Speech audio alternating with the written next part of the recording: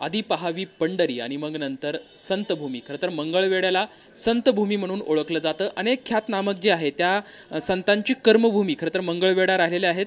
संत दामाजी पंत असतील, त्यानंतर संत चोखोमेळा असतील किंवा संत कानोपात्र असेल, अशा अनेक संतांची कर्मभूमी राहिलेली ही मंगळवेढा। खरं तर आषाढी एकादशीच्या निमित्तानं महाराष्ट्राच्या कानाकोपऱ्यातील लाखो वारकरी जे पंढरपूरमध्ये आपल्या विठुरायाच्या चरणी लीन होण्यासाठी येतात आणि त्याच्यानंतर पंढरपुरानंतर अवघ्या 21 किलोमीटरवर असणारा हा मंगळवेढा संतांची भूमी म्हणून ज्याच्याकडे पाहिलं जातं। या मंगळवेढ्यामध्ये सुद्धा जे संत दामाजी यांचं जे मंदिर आहे, या मंदिराच्या समोर त्यांच्यासमोर माथा टेकवण्यासाठी अनेक जे वारकरी असतात, ते निष्ठावंत वारकरी असतात, ते या ठिकाणी दाखल होतात आणि या संत दामाजीच्या पुढे नतमस्तक होतात। खरं तर 13व्या शतकामध्ये संत दामाजी पंत यांनी अनेक ज्यावेळेस दुष्काळ पडला आणि दुष्काळामध्ये ज्वारीचं कोठार हे जनसामान्यांसाठी खुलं केलेलं होतं। म्हणजेच आज महाराष्ट्रामध्ये ज्वारीचं कोठार म्हणून या मंगळवेढ्याला सुद्धा ओळखलं जातं।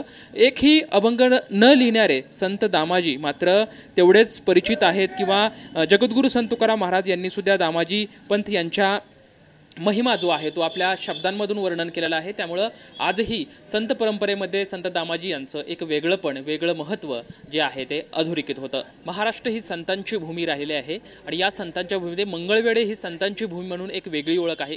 आषाढी एकादशीच्या निमित्तानं खरं तर महाराष्ट्रातील कानाकोपऱ्यातील लाखो वारकरी जे आहेत ते पंढरपूरमध्ये दाखल होतात आणि पंढरपूरच्या पांडुरंगाच्या चरणी लीन होतात। पांडुरंगाच्या चरणी लीन झाल्यानंतर आधी पहावी पंढरी आणि त्याच्यानंतर संतांची भूमी याची एक आख्यायिका आहे आणि अनेक निष्ठावंत जे वारकरी असतात ते पंढरपूरच्या विठुरायाचं दर्शन घेतल्याच्या नंतर मंगळवेढ्यामध्ये दाखल होतात आणि या संत दामाजी पंत जे आहे त्यांच्या चरणी नतमस्तक होतात, लीन होतात। आपण बघू शकतो की खरं तर पंढरपूरची वारी पूर्ण केल्याच्या नंतर जे हे माऊली आहेत ते सध्या मंगळवेढ्यामध्ये दाखल झालेले आहेत।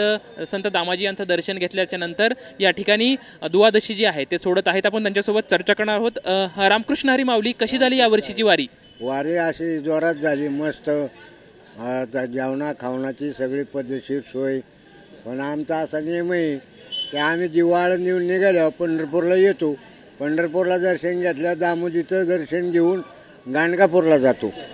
आता पौर्णिमा, गुरुपौर्णिमा तिकडे आम्ही जात असतो। तर ही एक परंपरा आहे का? म्हणजे पंढरपूरला दर्शन घेतल्यानंतर अनेक जे वारकरी असतात ते मंगळवेढ्याला येतात। म्हणजे तुम्ही किती वर्षापासून हे निष्ठावंत म्हणजे हे निष्ठा पाळताय? मला आता 25 वर्ष झाली मी ही निष्ठा पाळतोय।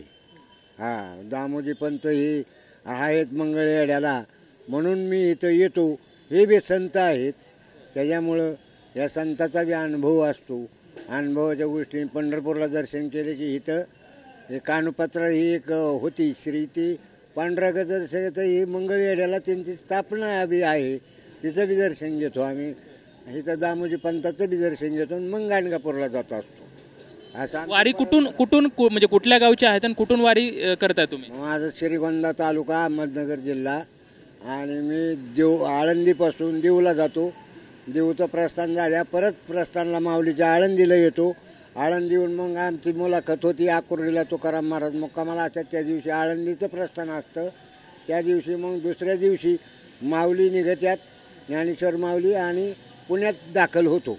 पुण्यातून आम्ही असंच मग यावर्षी पाऊस बी जास्त होता, देऊतच पाऊस लागला तर प्रस्थान दिवशी तुकाराम महाराजांच्या, तसंच आम्ही यावर्षी वारीला वारकऱ्यांची संख्या पण खूप जास्त होती। 18-19 लाखापर्यंत असन।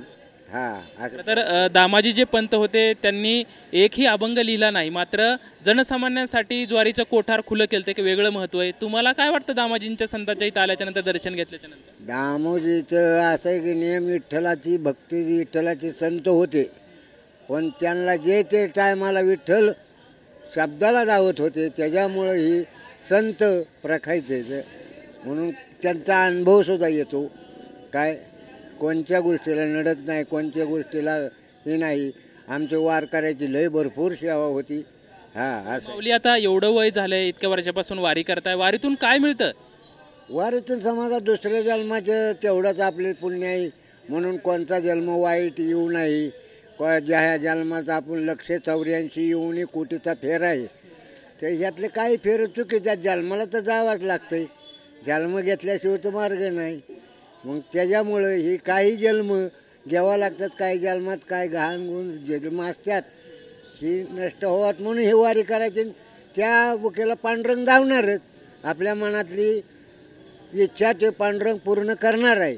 म्हणून संतांनी सुद्धा पांडुरंगाची सेवा केली, पंढरीनाथाची. आणि मग दामोजी पंत सुद्धा संतच आहेत.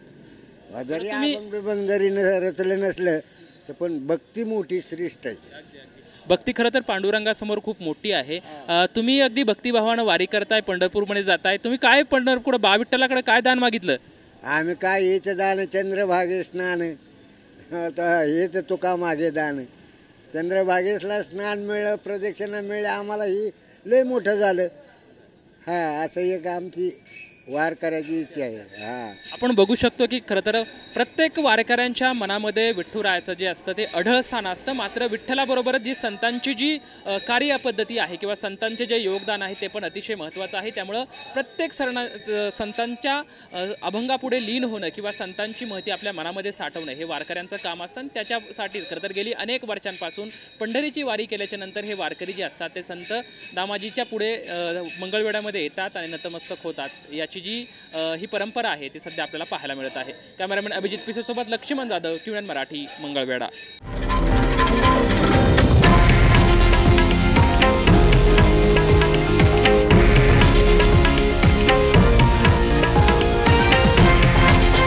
हे आहे देशातील नंबर 1 न्यूज नेटवर्क आणि आपण पाहत आहात TV9 मराठी, एकमेव.